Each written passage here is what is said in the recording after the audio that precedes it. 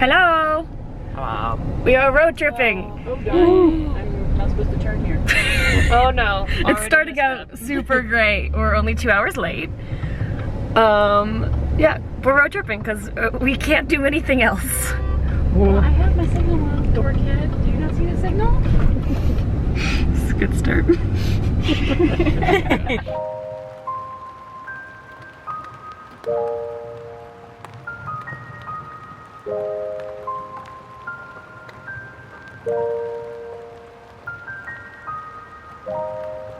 So our first stop was a ghost town, but not so much with the ghost. It's not even a town. It's not a town. It's a this. It's a police office. It's cool looking. Except for we're still in the car. And there's people living over there. And then there's people here. I'm sorry. I tried. It's fine. Woo. Not a problem. Woo! It's a good start.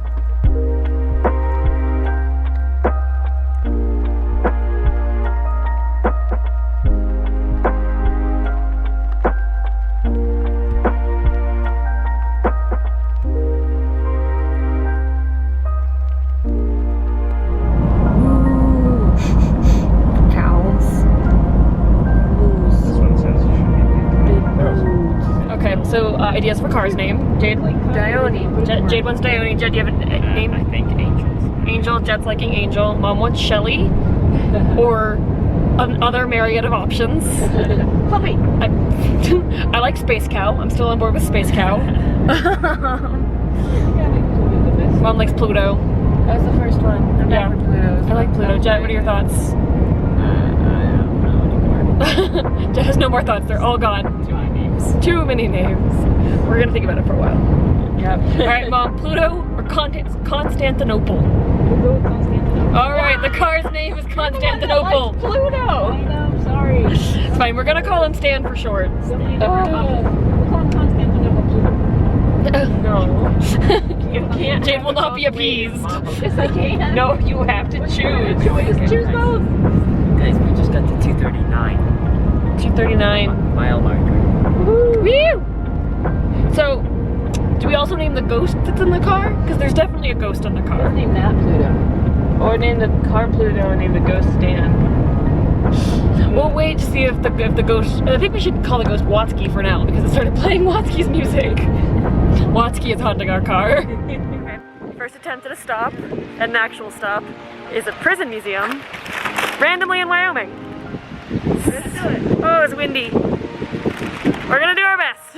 Hi, Mom. Yes? You have very big ears. Do I have very big ears? Yes, you do. It's the more better to hear you with. What are you in for? Driving too fast. I'm gonna have Jade explain this one to us.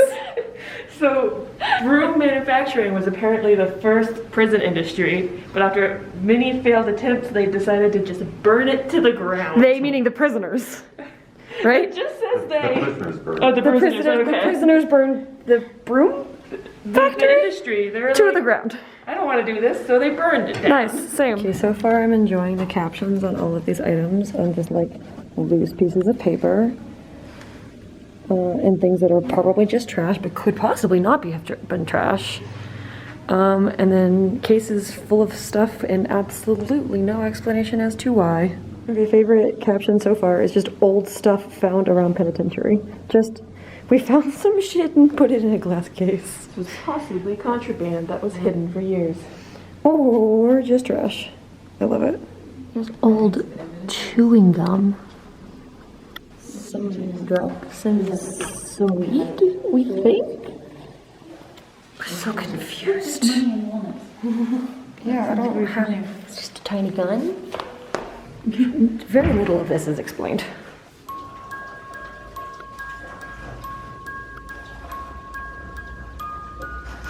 The suspense.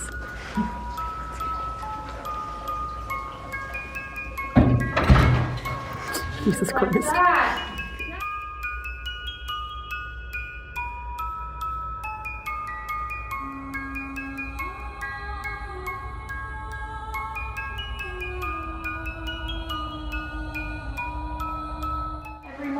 Buckets were emptied into the gutters along the walls behind You can also imagine how horrible it smelled in here.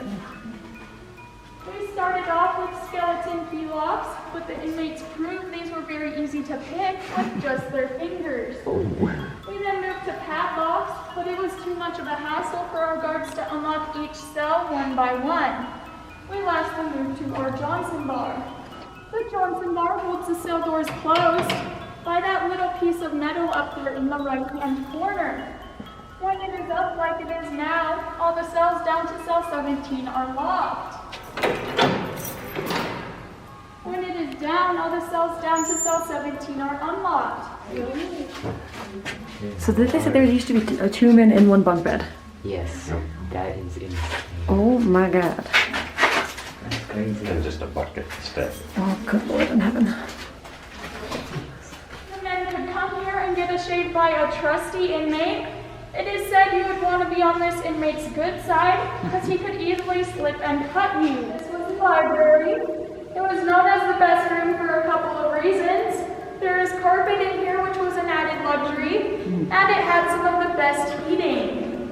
Inmates could come in here for about an hour a day, sit down and read a book to try to escape from prison life, or they could check one out and take it back to their cell. We did have a law library here that was said to be more complete than the University of Wyoming at the time.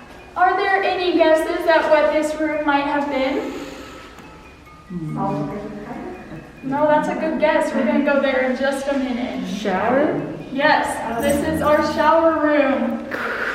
So we had 10 shower heads in here and 1 bathtub, but we would shower by tiers, so there would be up to 40 men in here at a time. We also did not get hot water until 1978. If you recall, we closed in 1981. This meant only 3 years of hot water.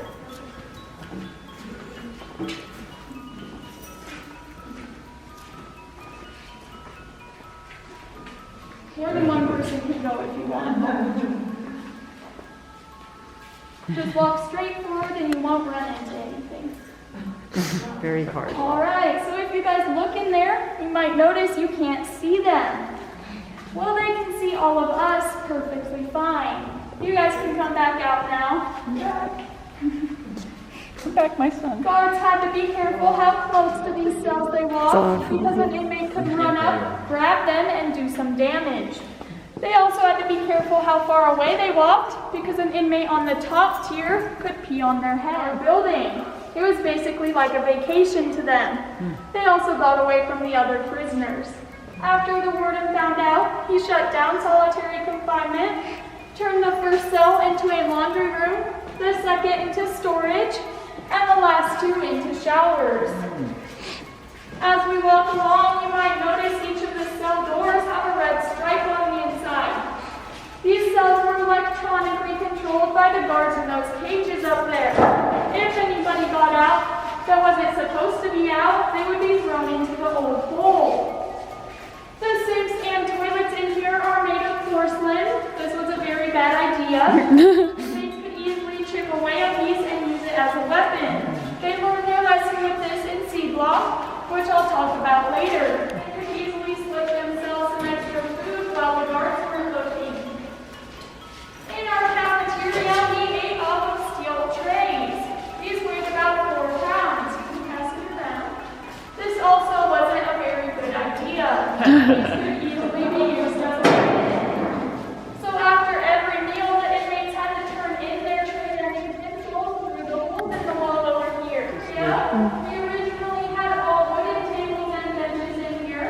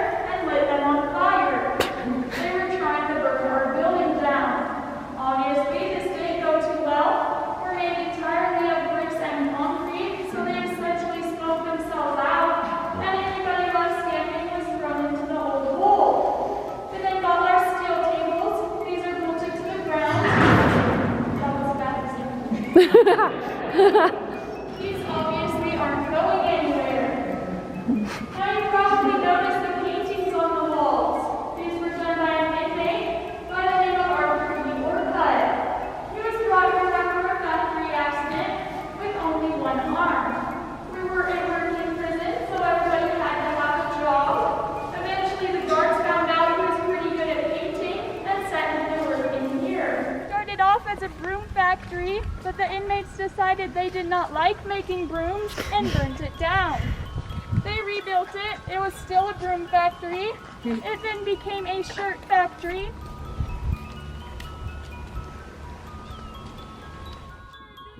Right until 1912 when our star pitcher, Joseph Sang, was executed. We then went on a 9-game losing streak and the state shut us down. You probably noticed that very large hole in the wall over there. The movie company blew that hole in the wall to use as their sally port. They then used this area as their parking lot.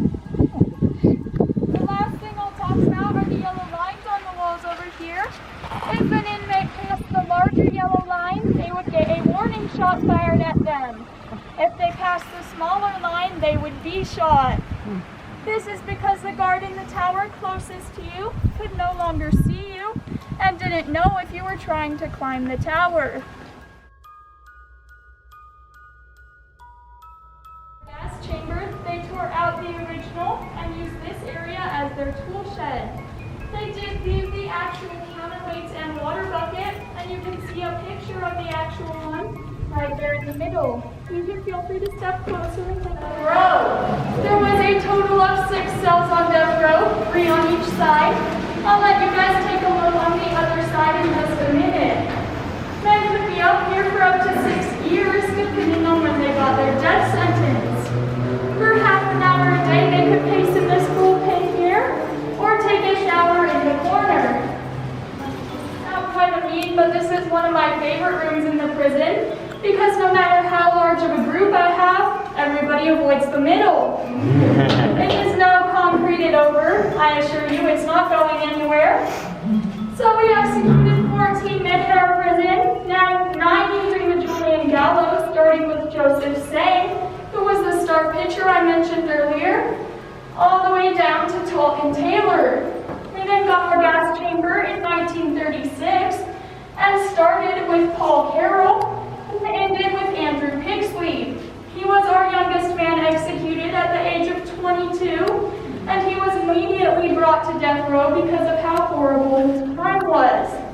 All of the men executed here were only brought here for first-degree murder. I'd like to draw your attention to this little window right here. As men were standing here listening to their life drain away, they could take one last look outside. However, most of our men were only 5'4", so they couldn't really see much. We also only did executions at midnight, so I don't know what they expected to see. So contrary to popular belief, gas was not actually pumped into the chamber, but made inside. If you watch the bottom of the chair, you might notice something moving.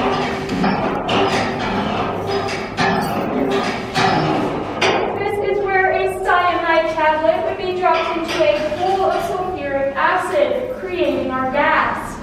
In this viewing area back here, which is accessed through this door right here, there would be any family members that wish to attend, 2 doctors, a warden, and a priest if the man wished. Our doctors would thread a specialized stethoscope through that tiny little hole in the back of the chamber, and it would be taped to the man's chest. After about 15 to 30 seconds, he would pass out, and after about 2 to 5 minutes, he would pass away. After our doctors confirmed that he had passed away, ammonia would be pumped through here, neutralizing our gas. It would then be released through the top of the chamber into the Wyoming wind. Let's hope no birds were flying by. So mom's in death row now? Are they there? Yeah. No, I'm not really sure why they have bunk beds up here. We only housed 2 men up here at a time max. We just had 6 cells. Oh, hello. No, I got scared. There's something suddenly in front of my face. Then I were fed once a day through the small hole in their cell door, only bread and water. This is the only time during the day that the inmates saw daylight, so this is how they kept track of time. That being how they kept track of time, one day 2 guards decided to mess with an inmate here and fed him 5 times a day. He thought he was in our old hole for over a year, but he was only in here for a week. This caused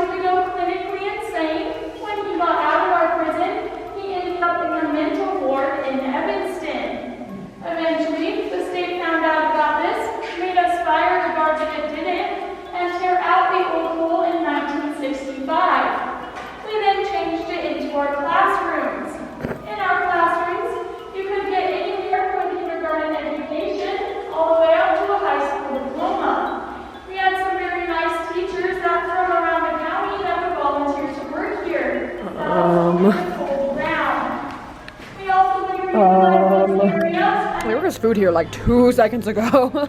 It's very good. That's very, very good. All right, Jet is judging the presentation of our Yes, pie. I gotta say, I give them about a 2 on presentation. The Okay. whipped cream should have been in a spiral. I see. These flecks of chocolate should have been standing up, and they really messed up here with cutting it. Okay, well, would you like to taste it? I Our would like judge? to taste it. Yes. Just for the evening, we'll try it. Yes, I have See if it redeems itself with its flavor, maybe. I have to get some whipped cream with it. That's fair, yes. Alright. Get a full flavor profile. Okay, I know it's not much, but the dessert's on yes. tonight, guys. Oh, thank you so much. That's a 10 out of 10. 10 out of 10? Oh man, okay, so total score A 13. out of? 15. Nice. Hey mom, that's not how you wear a mask. I don't see why not. Because your mouth holes are open. You don't know where my mouth is.